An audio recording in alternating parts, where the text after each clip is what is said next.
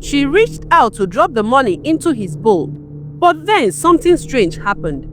A sudden cold wind blew past her, making her body shiver.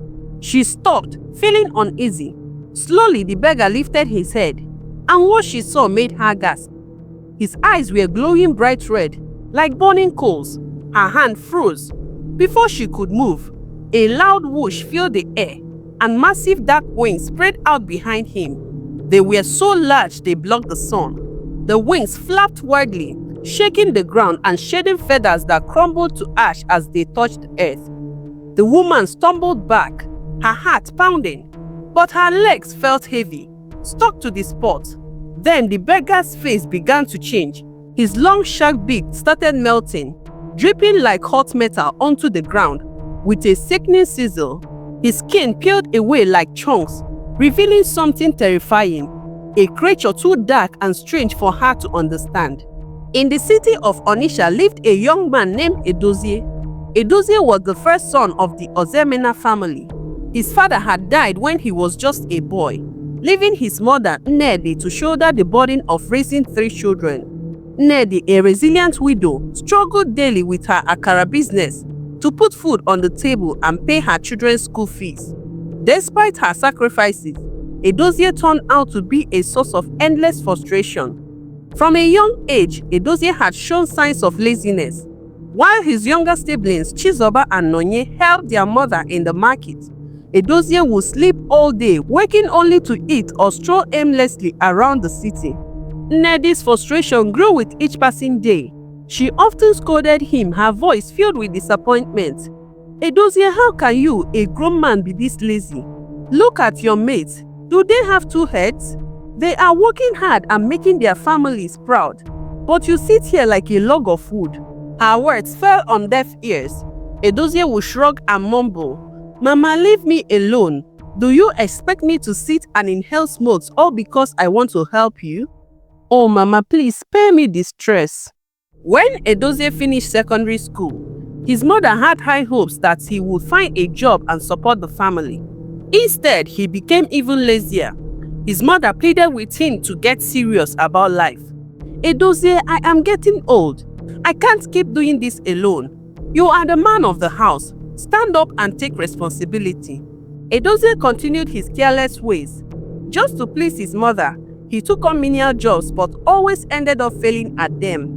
Once he was hired to help repair a leaking roof in the neighborhood, but his shoddy work caused the roof to collapse. The angry client had him locked up for 2 days. Another time, he worked as a bus conductor in the city, but he was fired after just 1 week because he kept losing passengers' change. Even his younger siblings began to lose respect for him. Chizoba, the eldest of the 2, will often tell him, Brother Edozie, you are a disgrace. Look at me and Nonye. We are still in school, yet we help Mama in the market. What are you doing with your life? His mother's scorn grew harsher. She started treating him like a liability, openly favoring his younger siblings. The final straw came when his childhood sweetheart Amara left him for a younger man who had just returned from the overseas. The man owned a flashy car and showered Amara with gifts, something Edozie could never do. Edozie was heartbroken. That night, he laid on his tin mattress, staring at the leaking ceiling, tears streaming down his face. Is this my life? He muttered. I must make money no matter what it takes. The turning point came one fateful afternoon when Edozie, still sulking over his misfortunes, was walking along the dusty street road. He saw a sleek black SUV pulled up by the roadside. Stepping out was Odele, his childhood friend. But Odele was unrecognizable. He was dressed in a tailored suit, gold chains glittering in the sunlight, and an expensive wristwatch that sparkled like diamonds. Odele, is that you? Edozie called out. The young man turned and frowned slightly. It's Ezugo now, he corrected, his tone dripping with pride. Call me by my title, Ezugo, the Eagle's King. Edozie quickly apologized and hailed him. Ah, Ezugo, my brother, is this you? You have made it. They exchanged pleasantries, and Ezugo gave Edozie his contact, inviting him to visit his mansion. That night, Edozie couldn't sleep.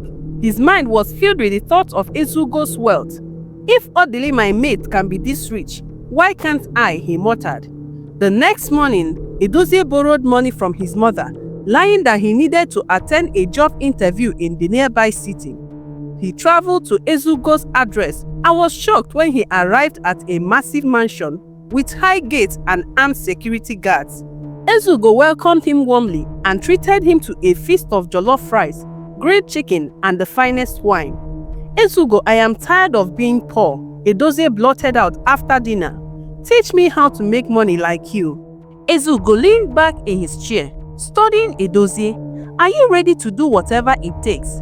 Yes, anything, Edozie exclaimed. Ezugo sighed. My kind of business is not for the faint-hearted. You must be ready at all costs. Ezugo, he called. My mind is made up. Whatever it costs, I am ready. Do you know the number of insults and disrespect I receive on daily basis because of money? Please put me on. Edozie, I can only help you because of the help you gave me during our childhood days. If not, I don't tell anybody about my business. I promise to keep it a secret, Edozie interrupted. It's a brotherhood. You will join the Eagles and your life will change forever. But there is a price to pay. Ezugo explained that the brotherhood's main activity was street begging, but it wasn't ordinary begging. Members were required to perform certain rituals to gain supernatural powers that attract wealth. Each member was assigned a territory where they would beg during the day, collecting money from unsuspecting passerby. Every night, the collected money was brought to their secret meeting place where a live sacrifice was made. The money is poured into a sacred pot, Ezugo explained.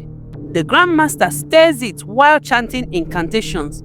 The people who gave you money will lose their destinies, and their blessings will become yours. Their businesses will fail, their children will fall sick, and their lives will go downhill. Edozie was horrified but also intrigued. So that's how you become rich? Ezugo nodded. Yes, but it's not for free. You must swear an oath of secrecy. And once you are in, there is no going back. Ezugo took Edozie to a remote forest on the outskirts of the city, where the Brotherhood held their meetings. Edozie was blindfolded and led into a dark hut lit by red candles. The air was thick with the smell of blood and burnt offerings. The Grandmaster, an old man with piercing eyes, performed the initiation rites. Edozie was given a small cut on his palm, and his blood was mixed with a black powder, which he was forced to lick. Welcome to the Eagles, the Grandmaster said. Your first task is to beg for money in the market tomorrow. Bring all you collect to the pot, and your wealth will begin to grow. Edozie started his new life as a beggar, sitting on the street with fake wounds and a sorrowful story about losing his family in a fire. The money poured in, but with it came guilt and nightmares. Still, he couldn't stop. I must make this money, he said, beating his chest. Edozie's victims came from all walks of life. Businessmen, market women, students, and even pastors fell prey to his trap. They gave him money out of pity, not knowing that their generosity would be their undoing. There was Chigozie, a successful electronics dealer who had handed Edozie 500 naira one morning on his way to the market. Within weeks, his business collapsed.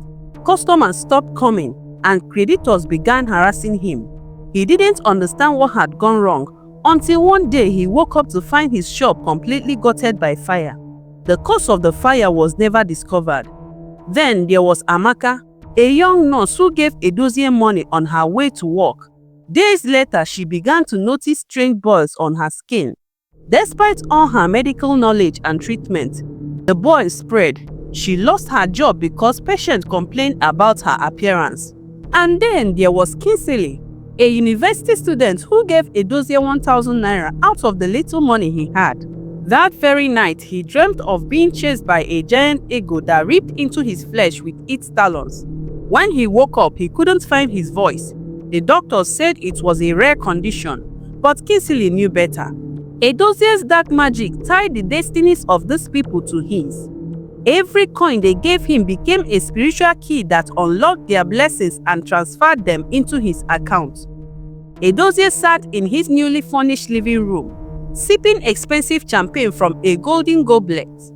The once lazy tattered village boy now wore designer clothes, his gold wristwatch glittering in the light of the chandelier above him. His mansion in the heart of the city was a palace fit for a king, complete with marble floors, imported leather furniture, and cars worth millions parked in the driveway. After a year of unprecedented success in the begging business, Edozie decided it was time to expand. His mansion became the headquarters of his dark empire. He began hiring people from different parts of the state, carefully selecting those who were desperate, greedy, or easily manipulated. At night, they gathered in his mansion, where he addressed them like a commander leading an army. "You are not just beggars," he told them. "You are soldiers in a war for wealth and power. When you go out there, you must be convincing, look pitiful, cry if you have to. People must feel sorry for you. That is how we win." He trained them in the art of begging, teaching them how to fake disabilities, create fake wounds using makeup, and tell heart-wrenching stories to draw sympathy. Some of the women faked pregnancies, hiring newborn babies for their act. Others claimed to be widows or accident victims. Edozie stationed them at strategic locations, markets, bus stops, church gates, and busy streets. Each beggar was given a quota to meet daily, and failure to meet the target came with a severe consequence. Every night, the beggars returned to Edozie's mansion to submit their earnings. They placed the money in a large pot in the center of the living room. The pot was no ordinary vessel. It was enchanted, a tool of the occult brotherhood. The ritual began at midnight. Edozie, dressed in a red robe, stood before the pot, chanting incantations. As he stirred the money with a long wooden staff, the air in the room grew thick and heavy. The beggars stood in a circle, their heads bowed as Edozie called on the spirits of the eagles to bless their efforts and multiply their wealth. Live sacrifices were often made during these rituals: a chicken, a goat, or sometimes something far more sinister. The pot glowed with an air light, and the beggars swore an oath of secrecy. "This secret you will carry to your grave," Edozie warned them. "Betray me and you will face a punishment worse than death."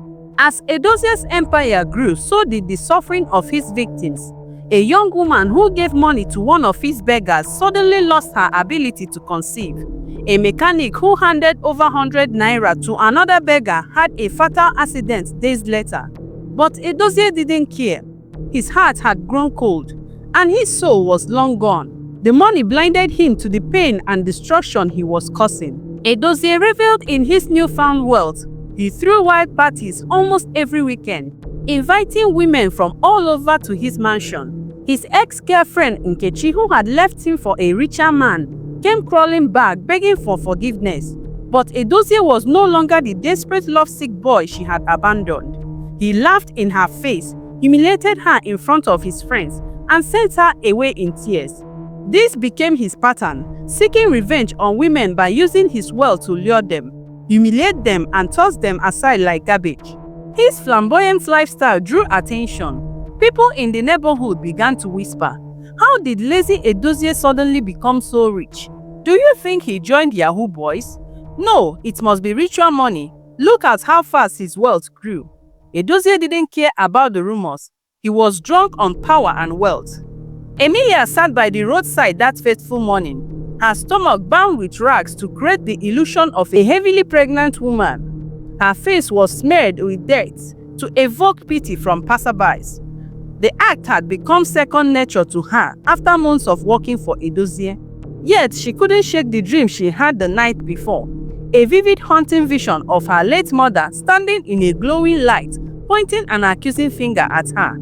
"Emilia," her mother's voice echoed in the dream, "this is not the life I raised you to live. Desist from evil or face the wrath of the Almighty." She had woken up trembling, her heart pounding with guilt. The weight of the oath she had taken to protect Edozie's dark secret made her feel trapped. But deep down, she knew she couldn't continue. Every coin she collected felt like a curse, a heavy chain dragging her deeper into despair. As Emilia sat on the pavement that day, pretending to cradle her baby pump, a sleek black SUV approached. Inside was a well-known and powerful man of God, Pastor Elijah, whose reputation for discerning evil spirits preceded him. Driver stopped the car he ordered, his voice calm yet firm. The driver pulled over and Pastor Elijah stepped out holding a crisp 1,000 naira note in his hand. As he approached Emilia, his footsteps slowed. A shiver ran down his spine and his spiritual senses kicked in. In the spirit realm, Pastor Elijah saw a terrifying vision. An enormous eagle-like creature with massive wings and a long razor-sharp beak. It stood right behind Emilia, its talon firmly gripping her shoulders. Its glowing red eyes radiated malevolence as it scanned the street for its next victim. Pastor Elijah paused, gripping his Bible tightly. He began to pray under his breath, and the atmosphere around him shifted. Birds stopped chirping, and the air grew heavy with tension. The eagle-like creature let out a deafening screech, flapping its wings violently as if sensing its exposure. Instead of handing Emilia the money, Pastor Elijah raised his hand and declared, "In the name of Jesus Christ, I rebuke every power of darkness operating here." Emilia screamed and fell to the ground, shaking uncontrollably. The eagle-like creature vanished instantly, and Emilia, now trembling, began to sob. "Pastor, please help me," she cried, her voice quivering. "I need to confess, I can't carry this burden anymore." In the safety of the church, Emilia poured out her heart to Pastor Elijah, narrating everything, how Edozie had recruited her and others, the ritual they performed, and the causes tied to the money they collected. She revealed how Edozie's empire operated and how the beggars were mere pawns in a much larger sinister game. Pastor Elijah prayed fervently for Emilia's deliverance. As she prayed, chains seemed to break in the spirit realm. Emilia felt a weight lift off her chest, and for the first time in months she experienced peace. "I will never go back to that life," Emilia vowed, tears streaming down her face. Back at the occult altar in Edozie's mansion, chaos erupted. The large eagle statue at the center of the shrine, which was the source of their power, began to melt inexplicably. The air grew thick with the smell of burning sulfur, and the ground trembled as if rejecting the evil that had been performed there. The Grand Master of the Occult Brotherhood, an old man with a sunken eyes and a menacing presence, stormed into the room. His piercing gaze swept over the gathered members. "Who among you has betrayed us?" he roared, slamming his staff onto the ground. The members exchanged nervous glances, their head bowed. No one dared to speak. The Grand Master began chanting incantations, summoning the spirit of the shrine. Moments later, a vision appeared in the smoke rising from the altar. It showed Emilia kneeling before Pastor Elijah, confessing everything. The Grand Master's face twisted with rage. He raised his staff and pointed it at Edozie, who was already sweating profusely. "You brought this curse upon us," the Grand Master bellowed. "You allowed a mere woman to destroy what we built." Before Edozie could defend himself, the Grand Master struck the ground with his staff. A dark force shot through the room, hitting Edozie like a bolt of lightning. He screamed and fell to the ground, clawing at his head. When Edozie rose to his feet, his eyes were wild and his movement erratic. He tore his clothes and began laughing hysterically, crying and screaming. "He's mad," one of the members whispered, backing away. Edozie ran out of the mansion, his screams echoing through the streets. News of Edozie's madness spread like wildfire. People whispered about how the once wealthy man was now roaming the streets in rags, eating from trash bins and muttering incoherently. Meanwhile, his empire crumbled overnight. His properties were seized, his bank accounts mysteriously emptied, and his mansion was abandoned. The beggars who worked for him scattered, many of them too afraid to continue the deceit. Strangely, some of the people who had suffered losses after giving money to Edozie began to recover. Businesses revived, families reunited, and lives were restored. The city of Onitsha was never the same again. Pastor Elijah used Emilia's testimony to warn people about the dangers of giving money indiscriminately. Churches and community groups began campaigns to educate people about the schemes of fake beggars. As for Emilia, she became a beacon of hope, sharing her story and urging others to choose the path of righteousness. And Edozie, he wandered the streets for years, a shadow of his former self, before finally collapsing one rainy night in a deserted alley. The story of Edozie's rise and fall became the cautionary tale, a stark reminder that wealth gained through evil means never lasts. As the story of Edozie's deceitful empire unraveled, a wave of fear and skepticism spread across the city. Many people became wary of giving money to beggars, afraid that they might be supporting another sinister scheme. Pastor Elijah, however, made sure to emphasize a crucial point in his sermons. While it is true that there are fake beggars out there, he said one Sunday morning, addressing his congregation, we must not let this discourage us from helping those who are truly in need. There are genuine beggars, people who are homeless, sick, or abandoned, who depend on the kindness of strangers to survive. Pastor Elijah encouraged the people to seek discernment before giving. Pray and ask for guidance, he advised. Help doesn't always have to come in the form of money. You can offer food, clothing, or even connect someone to opportunities that can change their lives.